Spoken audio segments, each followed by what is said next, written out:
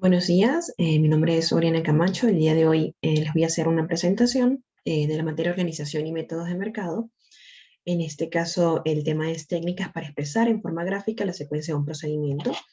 Entonces, comenzamos con los gráficos, ¿no? Principalmente, ¿qué son gráficos? Es una representación gráfica de datos. Podemos realizar la visualización de datos por medios gráficos para detectar patrones, tendencias, relaciones, estructuras, etc. Gráficos de columnas. Estos son gráficos con barras rectangulares trazadas verticalmente con longitudes que dependen de los datos que vayamos a representar o a estudiar. En este caso se forman escaleras con columnas, como está en la imagen. Son útiles para mostrar cambios de datos en un periodo de tiempo o para realizar o ilustrar comparaciones. Es súper fácil de crear y es de gran utilidad para trasladar la información.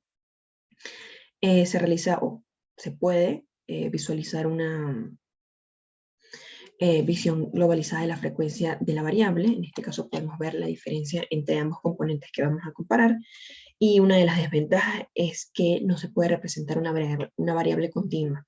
Es decir, siempre vamos a tener que comparar en algo porque no puede ser una sola.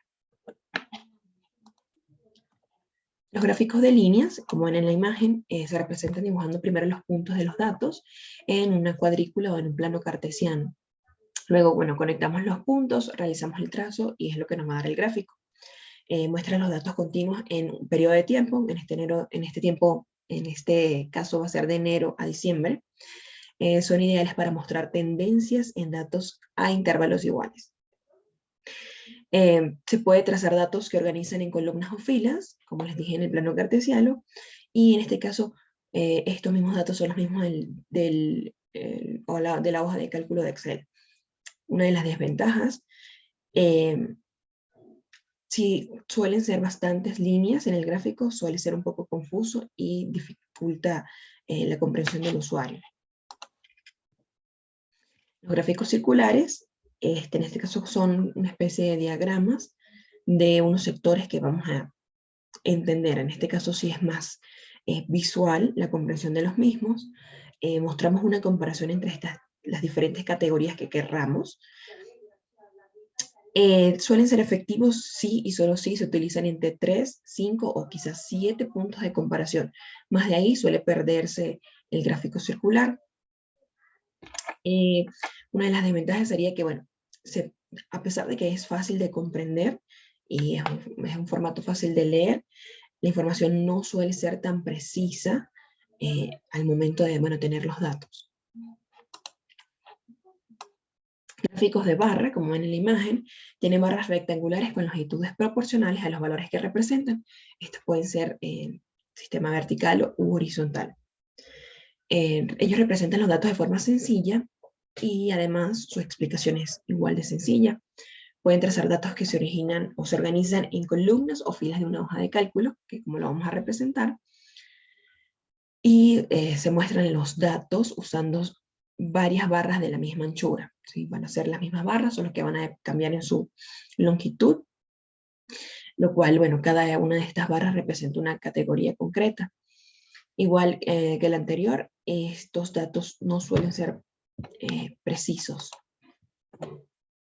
Gráficos de área es un gráfico de líneas en el que el área entre línea y el eje es sombreada con un color.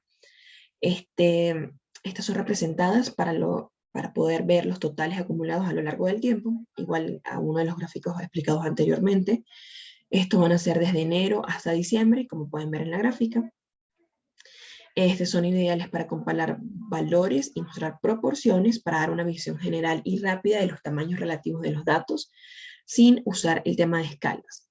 En el caso de una de las desventajas, es difícil estimar ciertos valores utilizando este tipo de gráficos, y lo que podríamos comentar es que básicamente se usan solo para comunicar y no ser más analíticos, ¿sí? No se suele ser tan precisos con este tipo de gráficos.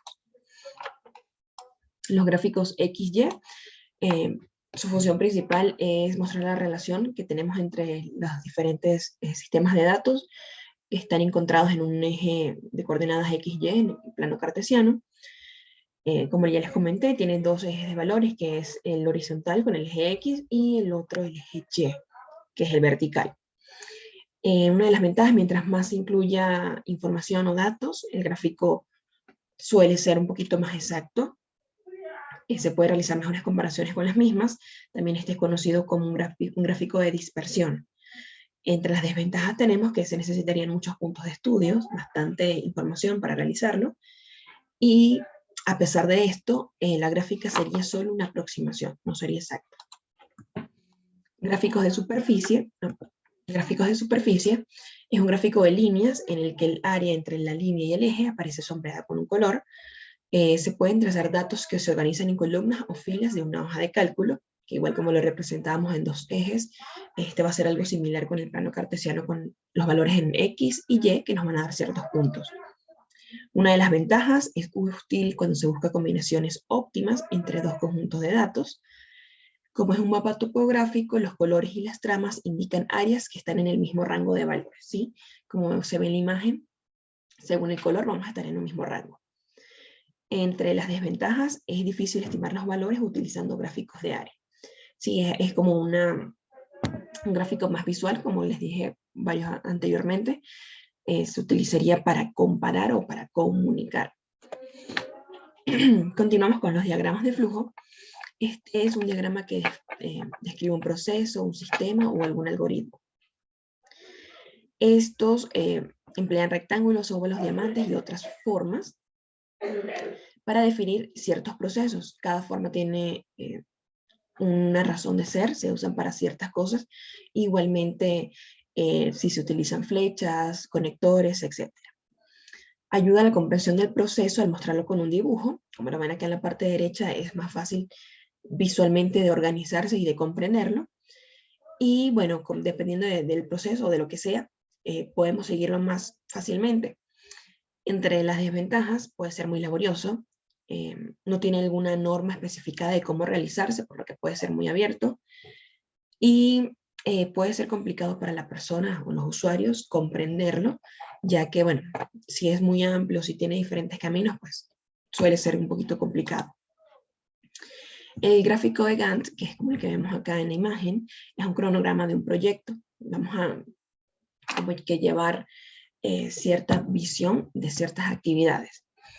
Se puede visualizar la programación de algún proyecto, dar seguimiento a logros y estar siempre familiarizado con un cronograma de trabajo. Cada una de estas barras representa una etapa del proceso o de la actividad que vamos a realizar y la longitud en tiempo. Es especial en este caso de que podemos tener una imagen relativamente simple de un sistema complejo. Sin embargo, dependiendo de la actividad que vayamos a realizar, pueden ser sumamente complejos. Debe tenerse una actualización constante y para plasmar en una hoja de papel es un poco complicado. Por último, tenemos las columnas flotantes, las cuales se usan generalmente para mostrar el valor mínimo y máximo de los datos. Por lo tanto, la serie del gráfico no se conecta a un eje, sino por encima del eje y que se ve como flotante. Y uno de sus usos principales es para mostrar y comparar categorías separadas de datos. Muchísimas gracias por su atención.